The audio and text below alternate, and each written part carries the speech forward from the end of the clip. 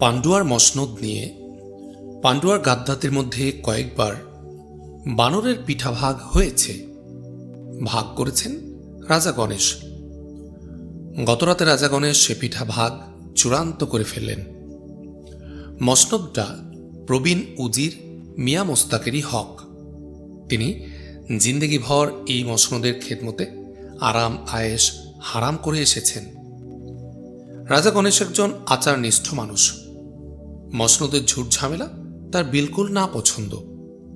উজিরে আলার পদটা পেলেই তিনি সবার গোলাম হয়ে খেদমত করবেন। দৌলত খাঁ সাহেব হবেন পান্ডুয়ার সিপাহসালার, আর অন্যান্য সেনা সৈন্য আমির উমরাহ পাবেন আশাতীত পদোন্নতি এবং অপরিমিত আর্থিক সুবিধা। পরিকল্পনাও পরিষ্কার। রাজা গণেশের প্রণেতা এই সুলতানকে সরিয়ে সরাসরি মসনদে যাওয়া বিপজ্জনক। গণমনেও নিদারুণ বিক্ষোভ দেখা দেবে এতে। তার চেয়ে এই অপদার্থ শাহজাদাকে সামনে এনে গণমনে কয়েকদিন প্রলেপ দেওয়ার পর তাকেও সরিয়ে দিলে এই ভাগ বাটোয়ারার কাজ হবে একান্তই নিরাপদ। অতএব কাজ চলবে সেভাবেই। তালিকাপ্রাপ্ত সকলেই আগে থেকেই তৈরি ছিল। তালিমপ্রাপ্ত কানাইলাল ফরিয়াদ পেশ করতে দরবারটা শুরুতেই গরম হয়ে উঠল। ফরিয়াদ শুনে মিয়া মোস্তাক দরাজ কণ্ঠে বললেন, জাহাপনা, হিন্দু মুসলিম নির্বিশেষে আমরা সবাই এই সালতানাতের খেদমত খাস দিলে করে আসছি। কেউ কাউকে কখনো জুদা করে দেখিনি। একজন মুসলমান ফৌজদার যদি একজন হিন্দু কেল্লাদারের গায়ে হাত তোলে, তাহলে কি এই প্রশ্নই সবার দিলে জাগে না যে মুসলমানেরাই এই হুকুমতের খাস লোক, হিন্দু এবং অন্য সকল ধর্মের লোকেরা এখানে জিম্মি? দৌলত খাঁ বললেন, আর সেক্ষেত্রে আমার ভিন্নধর্মী ভাইদের দিলে যদি এই হুকুমতের প্রতি অশ্রদ্ধার সৃষ্টি হয়, আর তার ফলে এই হুকুমতের খেদমতে জান কোরবান করতে ইতস্তত করে, সেটা কি তাদের পক্ষে খুব বড় একটা দোষের কিছু হবে জনাব? রাজা গণেশ বললেন, আলম্পনা, এই হুকুমতের একান্ত হিতাকাঙ্ক্ষী সালার দৌলত খাঁ সাহেব যা বললেন তা অত্যন্ত যুক্তির কথা। তবে এক্ষেত্রে হুজুরকে আমি এই আশ্বাসই দিতে চাই যে এর চেয়ে চরমতম দুর্ঘটনা ঘটলেও এ দিল পেয়ারা হুকুমতের খেদমতে আমাদের কারো এক বিন্দু গাফলতি থাকবে না। এই সালতানাতের খেদমতে আমরা যেমন হরওয়াক জানবাজি রেখেছি, তেমনি আমরা জানবাজি রেখে এই সালতানাতকে হেফাজত করে যাব। আমার শুধু বক্তব্যটা এই যে অপরাধের বিচারের জন্য দেশে একটা কানুন আছে। সে বিচারের জন্য খোদ সুলতান বাহাদুর আছেন। সুলতান বাহাদুরকে এদেশের কানুনকে লাপাত্তা করে বিচার কেউ নিজের হাতে তুলে নেবে, এটা কিছুতেই বরদাস্ত করা যায় না। সুলতান গিয়াসউদ্দিন আজম শাহ সবার কথা নিবিষ্ট চিত্তে শুনলেন।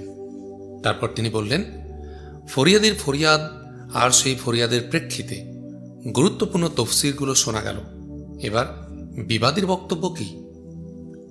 শাহজাদা সাইফুদ্দিন হামজা শাহ অস্থির কণ্ঠে বললেন, এখানে বিবাদের বক্তব্যের ফুরসত্ব দেখিনে। দেশের কানুন সে হাতে তুলে নিয়েছে, ব্যাস, শুধু এই অপরাধের জন্য তার প্রাণদণ্ড হওয়া উচিত। পুত্রের দিকে সুলতান নাখোশ নজরে তাকালেন। পুত্রের কথায় আমল না দিয়ে তিনি আতা খাঁকে বললেন, ফৌজদার আতা খাঁর বক্তব্য আছে কিছু? শাহজাদা এবার ক্রোধে ফেটে পড়লেন। উত্তেজিত হয়ে বললেন, অপরাধ যেখানে যুক্তিতর্কের ঊর্ধ্বে, যে অপরাধের সাক্ষী সাফাইদের আদৌ কোনো প্রশ্ন নেই, সেখানে এই পক্ষপাতিত্ব অসহ্য। সুলতানও গোস্বা হলেন। বললেন, শাহজাদা কি বলতে চান? আমি বলতে চাই, সুলতানের দরবারে এ ধরনের বিচার কখনো কাম্য নয়। এ বিচার অন্যায় বিচার। সুলতানও ফেটে পড়লেন। হুঙ্কার দিয়ে তিনি বললেন, খামোশ! অপরাধ যত অমার্জনীয় হোক, আসামিকে নিজ পক্ষ সমর্থনের সুযোগ দেয়া কানুনেরই প্রথম ও চূড়ান্ত বিধান। তার অর্থ বিচার ন্যায় হলো না অন্যায় হলো তা দেখার মালিক আমি, তুমি নও। গোস্বায় ফুলতে ফুলতে শাহজাদা বললেন, আমি নই? না, তুমি সেটা দেখতে আসবে তখন যখন সুলতান হবে। সুলতান গিয়াসউদ্দিন আজম শাহকে বিচার শেখাতে এসো না। শাহজাদা লাফ দিয়ে উঠে দাঁড়ালেন, বললেন, তাহলে এ দরবারে আমার থাকার আর প্রয়োজন কি? প্রয়োজন মনে না করো, যেতে পারো। দরবারে তোমাকে ডাকা হয় সুলতানগিরি শেখার জন্যে, শেখানোর জন্য নয়। রাজা গণেশ ব্যস্ত হয়ে বললেন, হুজুর। সুলতান হাত তুলে বললেন, থামুন। শাহজাদা সাইফুদ্দিন হামজা শাহ দরবার থেকে বেরিয়ে গেলেন। গোটা দরবারটাই থমথম করতে লাগল। সুলতানও কিছুক্ষণ গুম হয়ে বসে রইলেন। নিজেকে সংযত করে নিতে তার সময় লাগল। তারপর তিনি বললেন, বিবাদীর বক্তব্য কি? আতা খা তাজিমের সাথে বলল, জনাব, আমি একজন নগণ্য ফৌজদার। জনাবের অশেষ মেহেরবানির কারণে এদিককার সীমান্তের নিরাপত্তা ব্যবস্থার তদারকির দায়িত্ব আমার উপর অর্পিত আছে। ফৌজ নিয়ে নিরাপত্তা ব্যবস্থা পরিদর্শন করতে মিথিলা রাজ্য সংলগ্ন আমাদের সীমান্তে এসে হাজির হই। সেখানে দেখি কেল্লাদার কানাইলালের কেল্লা থেকে পোয়া ক্রোশেরও কম দূরে আমাদের লালমাটি আর তালগাছি এ দুইটি মৌজা দাও দাও করে চলছে। গ্রামবাসীরা প্রাণ ভয়ে এলোপাতাড়ি ছুটছে। কারণ জিজ্ঞাসা করলে তারা জানালো, কয়দিন আগে মিথিলার গুপ্তচরকে ধরে তারা প্রহার করে। সেই আগে মিথিলার ফৌজ এসে তাদের গায়ে আগুন ধরিয়ে দিয়েছে। বহু লোকের আর্তনাদ আর হই হুল্লোড় সত্ত্বেও আমাদের কেল্লা থেকে কোনো লোক তাদের উদ্ধারে আসেনি। কেল্লাতে লোক পাঠাওনি কেন? কথা বললে তারা জবাব দিল যে, কেল্লাতে তখন আমাদের ফৌজের সাথে মিথিলার ফৌজ একসাথে ফুর্তি মজ করছিল। সংবাদ দিতে যে গিয়েছিল তাকে তারা ধরে বেদম প্রহার করে তৎক্ষণাৎ কেল্লা থেকে বের করে দিয়েছে। আতাখা থামলে সুলতান বললেন, তারপর? আতাখা ফের বলল, আমি এতটা বিশ্বাস করতে পারিনি। আমার ফৌজকে আমার পেছনে আসতে বলে আমি আগেই কেল্লাতে ছুটে গেলাম। গিয়ে দেখি কথা তাদের এক বর্ণ মিথ্যা নয়। মিথিলার ফৌজ নিয়ে কেল্লার ফৌজ বাইরে এসে আর মিথিলার সেনাপতি বীরবাহুকে নিয়ে কেল্লাদার কানাইলাল পাশেরই এক কক্ষে বসে পানপাত্র হাতে নিয়ে মজের সাথে সমানে হাসি ঠাট্টা করছেন। আমার খবর পেয়ে ওরা দুজনই বাইরে এলো এবং আমাকে একা দেখে অবিশ্বাস্যভাবে ওরা আমার উপর হামলা চালালো। আমার দিলে কখনো এ কল্পনা আসেনি আমাদের কেল্লাদার আমার উপরই হামলা চালাবে। কেল্লার সভাপতি ওদের পক্ষের ফৌজ। অগত্যা আত্মরক্ষা করতে আমি কেল্লার বাইরে চলে এলাম। সেপাইদের তলব দিয়ে এবার তারা সতল বলে ধাওয়া করল আমাকে। কিন্তু আমার ফৌজ ইতোমধ্যেই কেল্লার কাছে এসে গেছে। তাদের পরিমাণ দেখেই বীরবাহু তার ফৌজ নিয়ে মিথিলায় পালিয়ে গেল। কানাইলালও পালানোর কোশেশ করল। আমরা সঙ্গে সঙ্গে ঘিরে ধরে তাকে কয়েদ করলাম।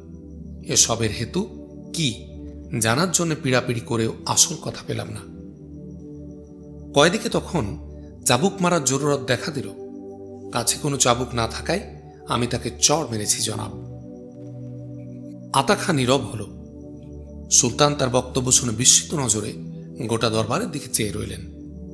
বিরোধী পক্ষ উমরাহরা সোচ্চার হয়ে উঠলেন। এটাকে তারা নিছক একটা আষাঢ়ে গল্প বলে এক কথায় উড়িয়ে দিলেন।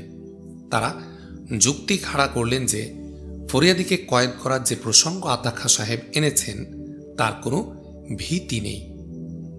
আতাখা সাহেব নিজের জালে নিজেই জড়িয়ে গেছেন।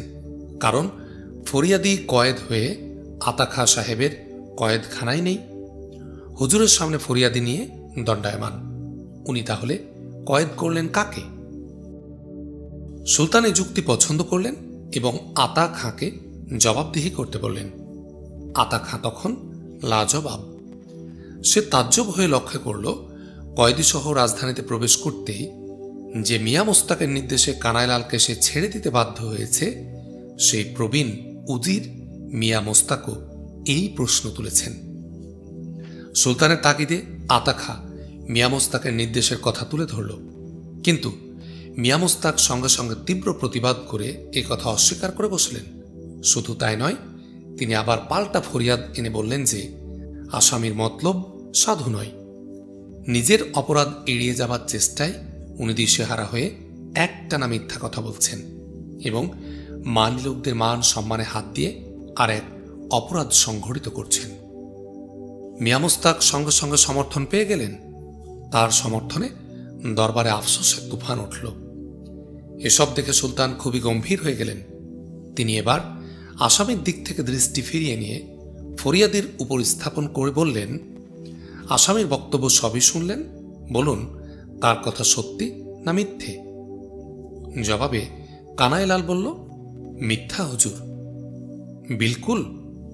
জি হুজুর, বিলকুল। লালমাটি আর তালগাছি মৌজা জ্বলেনি, এক বিন্দুও জ্বলেনি। এর আশেপাশের কোনো মৌজা জ্বলেনি জনাব। সাজ? বিলকুল সাজ। এছাড়া আমি চিন্তা করে পাইনি আমার কেল্লার পাশে মৌজা যদি দুশ্মন এসে জ্বালিয়ে দিয়ে যাবে, তাহলে আর কোন কাজে আছে আমি ওখানে? এই সালতানাতের নেমকের কোনো দামই নেই আমার কাছে। এরপর আর স্বভাবতই বলার কিছু থাকে না। শির উঁচু করে সুলতান এবার তীক্ষ্ণ দৃষ্টি আতা খাঁর মুখের উপর স্থির করলেন। সকলেই বুঝতে পারল আতা খাঁর উপর এখন এক বদ হুকুম হতে যাচ্ছে। এমন সময় এক আচমক কাণ্ড ঘটে গেল। দরবারের দ্বাররক্ষী হন্তদন্ত হয়ে দরবারে প্রবেশ করল এবং সুলতানকে কুর্নিশ করে বলল, হুজুর, আমাদের লালমাটি আর তালগাছি মৌজার প্রায় 200 লোক হুজুরের দর্শন প্রার্থী। এই 2টি গ্রামই নাকি মিথিলার সেপাই এসে পুড়িয়ে দিয়ে গেছে। মিথিলার সেপাইরা নাকি আমাদের কেল্লাতে বসে এ কাণ্ড করে গেছে। আমাদের কেল্লাদার নাকি সব জেনেও তাদের উদ্ধারে যায়নি। স্ত্রী পুত্রদের গাছতলায় রেখে সারা রাত হেঁটে তারা হুজুরের কাছে এসেছে। সুলতান স্তম্ভিত হয়ে গেলেন, বললেন, কোথায় তারা? দ্বাররক্ষী বলল, ফটকের বাইরে। তারা সেখানে হইচই শুরু করেছে। ফটক ভেঙে তারা হুজুরের কাছে আসার জন্য মরিয়া হয়ে উঠেছে। ইতোমধ্যেই বাইরে থেকে আর এক রক্ষী ছুটে এলো, বলল, হুজুর, লালমাটি আর তালগাছি মৌজার লোকদের কিছুতেই ঠেকিয়ে রাখা যাচ্ছে না। বালবাচ্চা নিয়ে তারা নাকি সেই থেকেই ভুখা আছে, হুজুরের সাক্ষাৎ না পেলে। হাত তুলে সুলতান তাকে থামিয়ে দিলেন। বাইরের কোলাহলের কিঞ্চিত রেশ দরবারেও ভেসে এলো। সুলতান তাদের ধীর অথচ বলিষ্ঠ কণ্ঠে বললেন, খাজাঞ্চিকে বলো ওদের খাবার আর ক্ষতিপূরণের জন্য এক্ষুনি প্রয়োজনীয় অর্থ প্রদান করতে। নিজে আমি ওদের গ্রামে আসছি। রক্ষীরা বেরিয়ে গেল। সুলতানের মুখ ইতোমধ্যে পাথরের চেয়েও শক্ত হয়ে গেছে। প্রতিক্রিয়ার প্রেক্ষাপট ঘুরে গেল। কানাইলালের 2 পা থরথর করে কাঁপতে লাগল। তার সমর্থক গোষ্ঠী 2 চোখে আধার দেখতে লাগল। পরিস্থিতি আঁচ করে রাজা গণেশ তৎক্ষণাৎ চাল বদল করলেন। কুর্নিশ করতে করতে অত্যন্ত তাজিমের সাথে উঠে দাঁড়িয়ে বললেন, গোস্তাকি মাফ হয় হুজুর, এরপর আর সন্দেহের তিল পরিমাণ অবকাশ নেই। ফৌজদার আতাখা সাহেব সম্পূর্ণ নির্দোষ। তার বিরুদ্ধে সমুদয় অভিযোগ নাকচ করার জন্য আমি দরবারে করজোড়ে আরজ পেশ করছি। রাজা গণেশ 2 হাত জোড় করে দাঁড়িয়ে রইলেন। সুলতান গম্ভীর কণ্ঠে বললেন, আর কানাইলাল? রাজা গণেশ সঙ্গে সঙ্গে জবাব দিলেন, ওটা একটা কিদ্দর, একটা সুরামত্ত লম্পট। ওকে পদচ্যুত করে জিন্দান খানায় প্রেরণ করা হোক। সুলতান কিছুটা নরম হলেন। ফের তিনি সওয়াল করলেন, রাজা সাহেব বোধহয় ভুলে যাচ্ছেন ও আপনার স্বজাতি। স্বজাতির মুখে যে চুনকালি মেখে দেয়, এমন স্বজাতির জন্যে আমার দিলে দরদের লেশমাত্র নেই জনাব। আমার কাছে মুনিব আগে, মুনিবের হুকুমতের স্বার্থ আগে, কোনো গোত্রীয় স্বার্থ নয়। সুলতানের দিলের দৃঢ়তা উবে গেল। রাজা গণেশের কথায় তিনি পানির মতো গলে গেলেন। কিঞ্চিত নীরব থেকে প্রসন্ন দিলে বললেন, রাজা গণেশের এ দৃষ্টিভঙ্গি তারিফ পাওয়ার যোগ্য। তারই সম্মানে কানাইলালের প্রতি কোনো কঠিন আদেশ দিলাম না। তাকে কেল্লাদারের দায়িত্ব থেকে সরিয়ে শাহী সামানের হেফাজতদার হিসাবে নিয়োগ করা হল। দরবার আবার উৎফুল্ল হয়ে উঠল। মিয়া মোস্তাক মুখ খুললেন, সাফাই গিয়ে বললেন, কয়েদিকে আজাদ করার নির্দেশ তিনি কখনো দেননি। তার নাম ভাঙিয়ে কেউ হয়তো বেঈমানি করে থাকবে। ব্যাপারটা তিনি তদন্ত করে দেখবেন। নিছক একটা অভিনয়ের এই বিপুল সাফল্য দেখে উজির আজম খাঁ প্রমুখ কয়েকজন দীর্ঘ নিঃশ্বাস ফেললেন। দুঃখে ও অভিমানে ফৌজদার আতা খাঁ সভাকক্ষ ত্যাগ করলেন। আলী আশরাফ যখন দরবারে প্রবেশ করল তখন দরবারটা ঠান্ডা হয়ে এসেছে। সুলতান আলী আশরাফের কথা ইতোমধ্যেই তুলেছিলেন।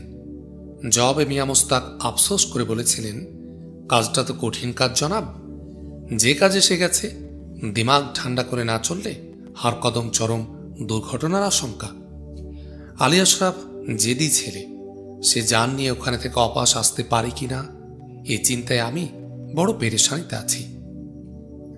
কয়েকদিন অতিবাহিত হয়ে যাচ্ছে, তবু আলী আশরাফ ফিরে আসছে না দেখে দরবার কক্ষে তখন অনুচ্চ স্বরে নানা রকম কানা ঘোষা চলছে। এরই মাঝে প্রবেশ করল আলী আশরাফ। তাকে দেখে সুলতান অত্যন্ত আনন্দিত হয়ে উঠলেন। খোশ আমদেদ জানিয়ে তিনি বললেন, এসো এসো, তোমার চিন্তায় আমরা বড় পেরেশানিতে আছি, ওদিকের খবর কি বলো। আলী আশরাফকে জীবন্ত ফিরতে দেখে দরবারটা হঠাৎ প্রাণহীন হয়ে পড়ল। মিয়া মোস্তাক আর রাজা গণেশ গোপনে দৃষ্টি বিনিময় করলেন। চকিতে তামাম কিছু লক্ষ্য করে আলী আশরাফ বলল, জনাবের আন্দাজে ঠিক, ওরা কামরূপ রাজারই ফৌজ। সুলতান উৎসাহিত হয়ে বললেন, বটে, তুমি সত্যি এ ব্যাপারে নিঃসন্দেহ? আমি সন্দেহ অনুমানের ঊর্ধ্বে থেকেই বলছি জনাব। কামরূপ রাজের ফৌজ আমাদের গোটা সীমান্ত এলাকা দখল করে নিয়েছে। ও এলাকার কর এখন তারাই আদায় করছে। সুলতানের দুই চোখ রক্ত উঠে এলো। তিনি বললেন, কতদিনের ব্যাপার এটা? হামলা চলছে প্রায় 5 মাস ধরে। কর আদায় শুরু হয়েছে মাস 2 আগে থেকে। এত বড় একটা খবর আমার তামাম ফৌজের কেউ সংগ্রহ করতে পারল না। সীমান্তের যে কোনো জায়গায় হাজির হয়ে গ্রামবাসীদের সাওয়াল করলে এ খবর সংগ্রহ করা আদৌ কোনো কঠিন কাজ নয়। আমার বিশ্বাস একজন আদনা আদমিও পারে তা। কাজেই কেন যে কেউ পারলেন না এই জবাব আমার দেয়া সম্ভব নয়। তাজ্জব। তবে আমি গিয়েছিলাম গড়দিয়ার এলাকায়। সেখানে আমি যা জেনেছি তাতে পান্ডুয়া হুকুমাতের কোনো লোকই এ যাবৎ গড়দিয়ার বা তার আশেপাশে কোথাও তাশরিফ আনেননি। আর সেজন্যে আমাদের অনুগত প্রজাদের দিলে আফসোসের ধ্বনি তীব্র হয়ে উঠেছে। সত্যের বিরুদ্ধে প্রতিবাদ করতে গিয়ে নিজেদের দুর্বলতা দুশ্রতা ফৌলঙ্গ করার খাহেশ মিয়া মোস্তাকদের ছিল না। ফলে আলী আশরাফের বক্তব্যের কোনো প্রতিবাদ কোনো দিক থেকেই এলো না। এসব দরবারীরা চুপচাপ নতমস্তকে বসে রইলেন। সুলতান গিয়াসউদ্দিন দৃঢ়কণ্ঠে বললেন, তোমার জানার মধ্যে গলতি যদি না থাকে তাহলে আর আমাদের পা গুটিয়ে আয়েশ করার ফুরসত নেই। এর দাঁত ভাঙা জবাব অচিরেই আমাদের দিতে হয়। সুলতানের দিল এখনো সত্যমিথ্যার আবর্তে পড়ে ঘুরপাক খাচ্ছে দেখে আলী আশরাফ বলল, সন্দেহের কোনো ফুরসত এখানে নেই জনাব। কামরূপের কয়েকজন সেপাইকে কয়েদ করে আমি সঙ্গে করে নিয়ে এসেছি। হুজুরের আদেশের ইন্তেজারে তারা এখন দরবারের বাইরে দণ্ডায়মান। আলী আশরাফের এতটা সাফল্য সুলতান কল্পনাও করতে পারেননি। তিনি বিহ্বল কণ্ঠে আওয়াজ দিলেন, আলী আশরাফ। হুজুরের মর্জি মাফিক তাদের সওয়াল করলে কামরূপ রাজার বদনিয়তের তামাম হদিস এক্ষুনি পরিষ্কার হয়ে যাবে। সাব্বাস। সঙ্গে সঙ্গে কয়েদিদের দরবারে আনা হলো। তাদের সওয়াল করে কামরূপ রাজের ইরাদা সম্পর্কে সুলতান নিঃসন্দেহ হলেন। কয়েদিদের কয়েদখানায় প্রেরণ করার হুকুম দিয়ে তিনি সভাসদদের উদ্দেশ্যে বললেন, আপনাদের এখন বুঝতে নিশ্চয় কোনো তকলিফ পেতে হচ্ছে না যে আমার আন্দাজে ঠিক বৃহৎ উদ্যোগের আগে ক্ষুদ্র উদ্যোগ নিয়ে কামরূপ রাজ আমার তাকত পরীক্ষা করছে। তার এই বদনিয়তের উচিত জবাব দিতে চাই। আপনারা লড়াইয়ের আঞ্জাম করুন। ইচ্ছায় ও অনিচ্ছায় উপস্থিত সালারেরা একসাথে জবাব দিলেন, আমরা তৈয়ার জনাব। এই লড়াইয়ের দায়িত্ব কার উপর অর্পণ করা হচ্ছে শুধু এইটুকু আমাদের জানিয়ে দিন। প্রত্যুত্তরে সুলতান বললেন, কার উপর এ দায়িত্ব দিলে আপনারা খুশি হন? কয়েকজন তরুণ সালার সঙ্গে সঙ্গে বললেন, যে কৃতিত্ব আলী আশরাফ সাহেব দেখিয়েছেন তাতে তার উপর এ দায়িত্ব দিলেই কামিয়াবির সম্ভাবনা অধিক জনাব। তাকেই আমরা চাই। যে কোনো দৃঢ়চিত্তের সুলতান হলে এই প্রস্তাবই তৎক্ষণাৎ গ্রহণ করে সবার মুখ বন্ধ করে দিতে পারতেন। সুলতান গিয়াসউদ্দিন আজম শাহ অধিক ভালো মানুষে দেখাতে গিয়ে এর জের টেনেই চললেন। বললেন, আমার উজির সাহেবদের এ ব্যাপারে মন্তব্য কি?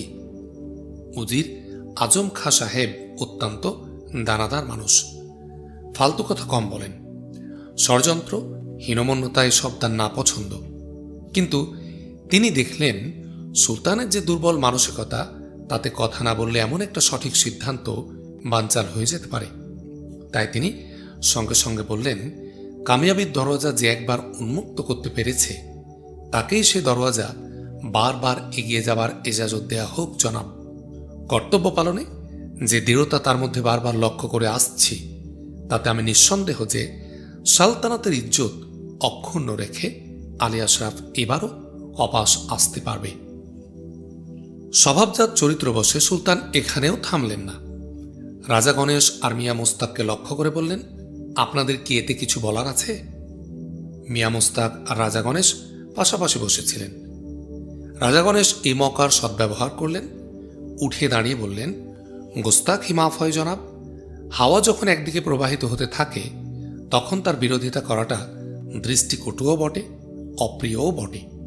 তবু সালতানাতের সার্বিক কল্যাণে হক কথা বলতে কারো শর্মিন্দা হওয়ার অবকাশ নেই।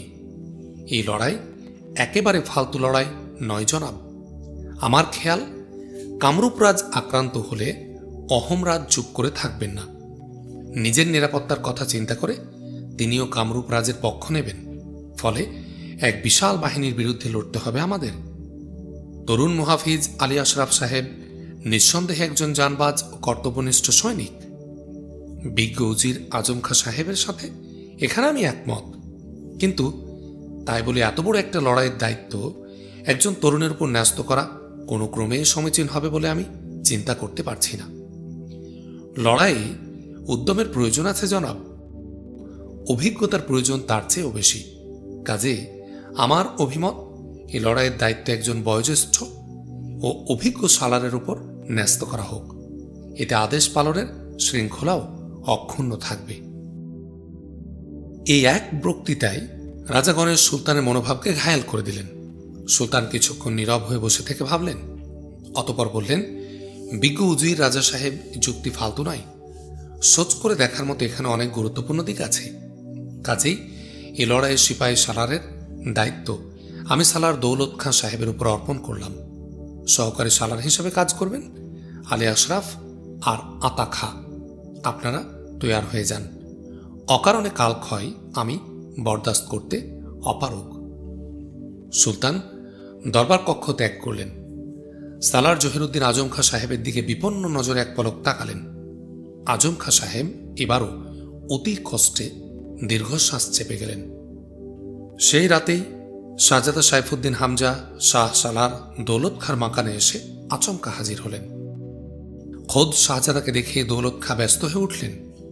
কিন্তু শাহজাদা তাকে থামিয়ে দিয়ে রাজা গণেশ, মিয়া মোস্তাক আর সহদেব রায়কে তখনই হাজির করতে বললেন। অপমানিত হয়ে দরবার থেকে বেরিয়ে আসার পর থেকে তিনি অত্যন্ত উৎক্ষিপ্ত হয়ে আছেন। এর একটা চূড়ান্ত ফয়সালা না হওয়া পর্যন্ত আহার নিদ্রাকে তিনি হারাম করে ফেলেছেন। সবাই এসে হাজির হলে শাহজাদা অশান্ত কণ্ঠে বললেন, বিজ্ঞ রাজা সাহেব, আমাকে আর কতদিন এক ফালতু ভরসার উপর রাখবেন? উজির মিয়া মুস্তাক সাহেব আর কতদিন আমাকে এইভাবে অপদস্থ হতে দেখবেন? আমি আজ জানতে চাই, এ তড়িৎ কোনো ফয়সালা করতে আপনারা রাজি কিনা। রাজা গণেশ বললেন, আপনি যদি চান তো যে কোনো সময় ফয়সালা আমরা করতে পারি। আমরা তো সবাই আপনার মুখের দিকেই চেয়ে আছি। আর চেয়ে থাকা, অপেক্ষা করা, এসব বাহানা আপনারা ছাড়ুন। মসনদ আমার অতি সত্বর চাই। আমি শুনে খুশি হয়েছি যে কামরূপ অভিযানের সালার হয়ে দৌলত খাঁ সাহেব কামরূপ যাত্রা করছেন। কামরূপ জয় হলো কিনা উনি আমার থোড়ায় পরও আছে। আমি চাই ওই কামরূপের ময়দানই হবে আলী আশরাফ আর আতা খাঁর কবর। সালার দৌলত খাঁ সাহেবকে আমি এ কথা বিশেষভাবে খেয়াল করিয়ে দিতে চাই। দৌলত খাঁ বললেন, আমার উপর বিশ্বাস রাখুন আলিজা, কামরূপ থেকে ওরা দুজন আর জিন্দা ফিরে আসছে না। এলে ওদের লাশ দুটোই আসবে শুধু। সেই সাথে রাজা গণেশ আর মিয়া মুস্তাক সাহেবের ভূমিকা আরও জোরদার দেখতে চাই। আমাকে আপনারা আপনাদের খেদমতে সবসময়ই পাবেন, কিন্তু আপনাদের কার্যক্রম এমনই শানদার হওয়া চাই যাতে করে দৌলত খাঁ সাহেব কামরূপ থেকে ফিরে এসে দেখেন পান্ডুয়ার মসনদে নয়া সুলতান বসেছে। আবেগে আর অস্থিরতায় শাহজাদা বিপুল বেগে কাঁপছিলেন। তাকে অতি কষ্টে সুস্থির করে সবাই বসে পরিকল্পনা পাকা করে ফেললেন। সুলতানি ফৌজ বাইরের লড়াইয়ে যত বেশি জড়িয়ে পড়বে ততই মঙ্গল। আলী আশরাফ আর আতা খা সাবার হয়ে গেলেই সুলতান রদ বদলের কাজে হাত দেবেন তারা। শাহজাদাকে যত সত্বর সম্ভব মসনদে বসে তবে ক্ষান্ত হবেন সকলে। যুক্তিশলা ঠিক করে শাহজাদা সাইফুদ্দিন যখন নিজ মহলে ফিরলেন তখন অনেক রাত।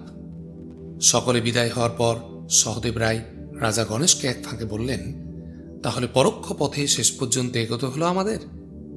রাজা গণেশ মুচকি হেসে বললেন, जो आपसे आप आता है उसको आने दो।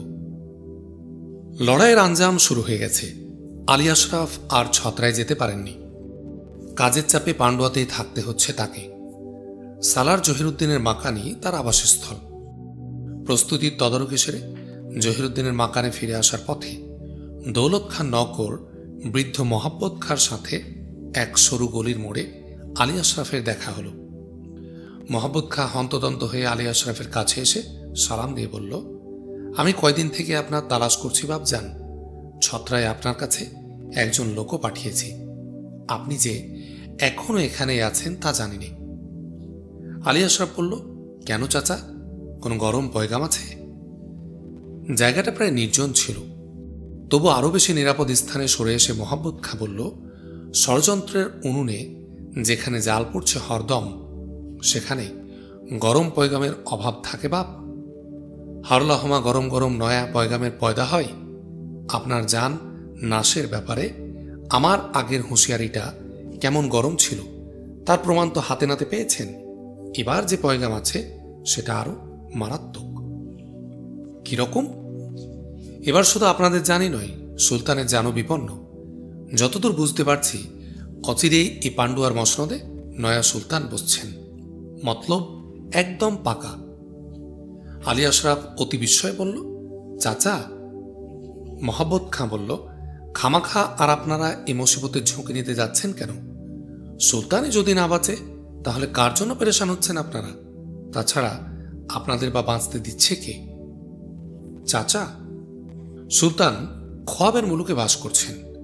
তার অন্তিম যে একেবারেই ঘনিয়ে আসছে তা কিছুতে তিনি আন্দাজ করতে পারছেন না। আপনি সোচ করে হয়রান হবেন। যারা তার জান নিতে তৈয়ার তাদেরকেই তিনি বুকের কাছে টেনে নিচ্ছেন, আর যারা তাকে হেফাজত করতে চান তাদের দিচ্ছেন সরিয়ে। কাকে আবার সরিয়ে দিলেন? উজির খান জাহানকে দেখতে পাচ্ছেন আজকাল? না তো, কথাটা আমার খেয়াল হয়েছে। জিজ্ঞেস করব করতে করতে ভুলে গেছি কোথায় এখন তিনি। এই বিরাট শাহী মহলে হুট করে কখন কি ঘটে যাচ্ছে তামাম খবর রাখা কারো পক্ষে সম্ভব নয়। আমার মনিবের মাকানটা সব খবরের ঘাঁটি বলে কিছু কিঞ্চিত পাই আমি। উজির খান জাহান এখন মক্কা শরীফের পথে। মানে পবিত্র মক্কা শরীফে কিছু মূল্যবান উপহার পাঠানোর আর সেখানে নিজ খরচে কিছু মাদ্রাসা স্থাপনের খায়েশ হয়েছে সুলতানের। সেই কাজেই নিয়োগ করেছেন তাকে। অবশ্য কাজের ধরন হিসেবে খানজাহানের মতো সাদা দিলের মানুষের কাজ এটা, কিন্তু তার চেয়েও বড় কাজ যে এখানে ছিল তার, এ হুঁশটা সুলতানকে দেয় কি? চাচা, আমি গোলাম হলেও তো আমারও কান আছে দুটো, চোখ আছে কপালে, দিল আছে সিনার মধ্যে। এ দরবারের ভাবসাব বুঝতে আমার কমতি কিছু নেই। দরবারে প্রায় মোটা মোটা মাথাগুলোই কাজ করছে সুলতানের বিরুদ্ধে। সংখ্যায় তারা বিপুল। বাদবাকিরা সুলতানের বিপক্ষে না হলেও তার পক্ষে শক্ত হয়ে দাঁড়ানোর হিম্মত এই বাদবাকিদের নেই। থাকার মধ্যে আছেন নখে গণা আপনারা কয়টা, আর তার আবার মাথা বলতে উজির খান জাহান আর আজম খাঁ সাহেব, এই দুইজন মাত্র লোক। তারই যদি একজনকে সরিয়ে দেন উনি, তাহলে আর তার কবর খোঁড়ার কাজে খুব বেশি ইন্তেজারে থাকতে পারে। আলী আশরাফ অবাক হয়ে লক্ষ্য করল তারই অভিজ্ঞান আর অনুভূতিটা ব্যক্ত হচ্ছে মোহাব্বত খাঁর মুখ দিয়ে। তবু তার চাঞ্চল্যকে শান্ত করার লক্ষ্যে আলী আশরাফ বলল, আমার খেয়াল আপনি সম্ভাবনার চেয়েও খুব বেশি শোধ করছেন চাচা। যা ভাবছেন তা তা তো নাও ঘটতে পারে। মোহাম্মদ খাঁ ম্লান হাসে হাসল, বলল, আমি দেখে দেখে চুল পাকিয়েছি বাপজান, আমি আলামত দেখে ফলাফল বলতে পারি। এই হুকুমতের হালচাল 3 পুরুষ ধরে দেখছি আমি, যা ভেবেছি কোনো দিন তার ব্যতিক্রম ঘটেনি। এবারও যে এর ব্যতিক্রম ঘটবে না তা আমার নজরে না দেখলে কাউকে সমঝিয়ে দেওয়া সম্ভব নয়। এখন প্রায় 12 আনা আমির ওমরা সুলতানের পতন চাই। এদের সংখ্যা 14 আনা, 15 আনা হতে আর খুব বেশি দেরি নেই। যেদিকটা দলে ভারী সেদিকটাই গড়িয়ে পড়া তো অধিকাংশ ইনসানের স্বভাবগত অভ্যাস। আমি একজন গোলাম হয়ে পরিস্থিতিটা বুঝতে পারি, আর সুলতান তা পারেন না বা না পারার কোশেশ করেন। তার আর বেঁচে থাকার হক কোথায়? তার মানে সুলতান দেখুন জোনপুরের শয়তানি করতে গিয়ে কেমন শক্ত লাথি খেয়েছে আফতাব খাঁ। বৃদ্ধের এই আধিক্যে আলী আশরাফ যার্রা পরিমাণ বিব্রত বোধ করল। বলল, উজির নাজির সালারেরা কেউ যদি এ নিয়ে না ভাবেন আপনি তো আফসোস করে করবেন কি?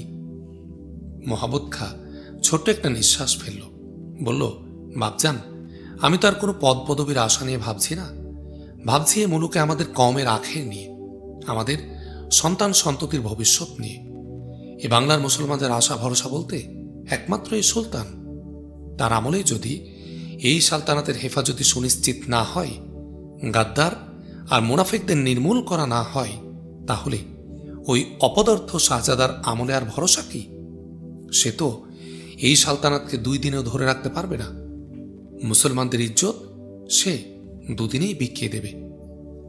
মোহাম্মদ খাঁ দম নিয়ে ফের বলল, কিন্তু সে আশা আর এক বিন্দুও নেই। জ্বলন্ত আগুন এখন মুসলমানদের ঘরের চালের নাস্তিকে পৌঁছে গেছে। চালের খড় ছুঁই ছুঁই করছে, এখন শুধু ওই ছোঁয়াটুকুই বাকি। অভিভূত আলী আশরাফ ক্ষীণকণ্ঠে বলল, সবই তো বুঝি চাচা, কিন্তু মোহাম্মদ খাঁ ব্যস্ত কণ্ঠে বলল, না বাপজান, কিন্তু কোনো ফুরসত আর নেই। আপনি আমার পরম শ্রদ্ধেয় সাবেক মুনিবের অওলাদ। আপনার জান আমার চোখের সামনে কুকুর বেড়ালের মতো খতম হয়ে যাবে, আমি তা বরদাস্ত করতে পারব না। আর যদি কিছুমাত্র সম্ভাবনা থাকতো, আমি আপনাকে এখানে গিয়ে জেহাদ করার অনুরোধ করে আসতাম, কিন্তু সে আশা আর কিছুমাত্র নেই। কাজে আমার আরজ বাবা, আপনি শিগগিরই এ মুলুক ত্যাগ করুন, শিগগির, খুব শিগগির। চাচা, আর যদি একান্তই শেষ পর্যন্ত দেখে যেতে চান, নিজের জানের হেফাজতে 10 গুণ বাড়িয়ে নিন। যে কোনো সময় দুশ্মনেরা চড়াও হবে আপনার উপর, আর এইটুকু বলার জন্যে এত তালাশ করছে আপনাকে। হুঁশিয়ার বাপজান, হুঁশিয়ার। লোকজনের ভিড় বৃদ্ধি পাওয়ায় মোহাম্মদ খাঁ দ্রুত পদে ভিড়ের মধ্যে মিশে গেল। মাগরিব নামাজ অন্তে মসজিদ দেখে ফেরার পথে উজির আজম খাঁ সাহেবের সাথে জহিরুদ্দিন বলল, জনাব, এই মুহূর্তে আপনার কিছু নসিহত ছাড়া তো আমরা কোনো দিশে খুঁজে পাচ্ছি না। উজির সাহেব গম্ভীর হয়ে বললেন, কি নসিহত করব? কামরূপ জয়ের সম্ভাবনা তো সুলতান দরবারে কোরবানি করে দিলেন। দৌলত খাঁ রাজা গণেশের ডান হাত। কামরূপ রাজের স্বার্থে তারা জেনে শুনে সবকিছু গোপন করে গেছে। যুদ্ধে যাওয়ার নামে দৌলত খাঁ কামরূপ রাজের মেহমানখানায় তোফা একটা ভোজ গ্রহণের মৌকা পেল, এই আর কি। আলী আশরাফ বলল, তা অবশ্য ঠিক, কিন্তু উজির সাহেব জোর দিয়ে বললেন, শুধু ঠিকই নয়, এইটাই চরম সত্যি কথা। লড়াইয়ে সিপাহসালার সে, তলোয়ার কোষমুক্ত করা না করা তার ইচ্ছার উপরই নির্ভরশীল। অধীনস্থ তোমাদের কি করার থাকবে সেখানে? যুদ্ধ জয় খতম। এখন রাজধানী হেফাজতের কাজে জহিরুদ্দিনের সামনে একটা মস্ত বড় তুফানের আশঙ্কায় দেখতে পাচ্ছি। শুধু ময়দানের স্থগিত বীরত্বটা সবান্ধব এসে রাজধানীতে জাহির করার কোশেষ যে করবে না, এটা হলপ করে বলা কঠিন। জহিরুদ্দিন আফসোস করে বলল, আমি চিন্তা করে পাইনি এই সুলতান একজন পাগল না মাতাল। দোস্ত দুশ্মন ফারাক করার এতটুকু অন্তর্দৃষ্টি থাকবে না তার? আজম খাঁ বললেন, থাকবে না। গণেশ প্রীতি তার দিলে এতই দুর্বার যে তাকে ছাড়া তিনি কিছুই বুঝতে চাইবেন না। শুনে তোমরা তাজ্জব হবে, তার আর মিয়া মোস্তাকের যুক্তি শুনে সুলতান নির্দ্বিধায় উজির খান জাহান সাহেবকে মক্কা শরীফে পাঠিয়ে দিলেন। তিনি ভাবতেও গেলেন না তিনি তার শুভাকাঙ্ক্ষী ও মুসিবতের দিনে পাশে দাঁড়ানোর ব্যক্তি। অন্তর্দৃষ্টি কাজে লাগানোর স্পৃহাটাই যার নেই, তার অন্তর্দৃষ্টি থাকা না থাকা এক কথা। আলী আশরাফ বলল, এর কি কোনো সুরাহা নেই? উজির সাহেব বললেন, আছে। এক্ষুনি সুলতানকে বন্দি করে শাহজাদা হামজা শাহ সহ তামাম গাদ্দার আর মতলববাজদের নির্মূল করতে পারলে একটা সুন্দর ফায়সালা হয়ে যায়, কিন্তু এতটা তো আর সত্যি সত্যি সম্ভব নয়। জহিরুদ্দিন বলল, তাহলে আমরা কি করি এখন? উজির সাহেব উদাস নজরে তার দিকে তাকালেন, পরে ধীরে ধীরে বললেন, এক কথায় এ জবাব যদি আমার কাছে চাও, তাহলে হয় লড়াই করো, নয় আপসে আপ কেটে পড়ো। পরিস্থিতি তোমাদের সামনে পরিষ্কার, এটা অস্পষ্ট কিছু নয়। এখন তোমরা স্থির করবে কোনটা তোমাদের কর্তব্য, কি তোমাদের করা উচিত। জোর করে কিছু বলার আর অবস্থা এখন নেই। আলী আশরাফ বিব্রত কণ্ঠে বলল, তা না থাকলেও বুজদিলের মতো পালিয়ে যাওয়া যায় কি করে? পরিস্থিতি প্রতিকূল দেখে শেষ চেষ্টা না করে যান নিয়ে পালিয়ে যাওয়া স্রেফ স্বার্থপরতাই তো নয়, ঈমান আর নিয়তের অবমাননাও বটে। উজির সাহেব বললেন, সে তো অবশ্যই। কথায় বলে, যতক্ষণ শ্বাস ততক্ষণ আশ। আজই যদি হাল ছেড়ে দিই আমরা, তাহলে যে বাংলা মুলুকের মুসলমানদের আখেরকে আজকেই ভাসিয়ে দেওয়া হয়। আচ্ছা, যে রোগে মুমূর্ষ মরবেই যে খানিক পরে, মতের আগেই তার মুখের উপর মুর্দার আবরণ টেনে দেয়া কি করে সম্ভব? এই তো, তোমরা তো তোমাদের কর্তব্য পয়চান করেই নিয়েছ। যতক্ষণ শ্বাস ততক্ষণ আশ। নেক নিয়ত নিয়ে লড়াইয়ের শেষ পর্যন্ত লড়ে যাও, এরপর আল্লাহ ভরসা। জনাব, তাতে কামিয়াব হতে না পারলেও আত্মগ্লানির পীড়ায় কাউকে তাকলিফ পেতে হবে না। জহিরুদ্দিন বলল, ঠিক আছে, শেষ পর্যন্ত লড়েই দেখি কি আছে এ নসিবে। উজির সাহেব বললেন, সাব্বাস, বাদ এসা তোমরা একবার এসো আমার মকানে। দুশ্মনদের পরিকল্পনার বিরুদ্ধে একটা সুস্পষ্ট পরিকল্পনা আমাদেরও থাকা উচিত।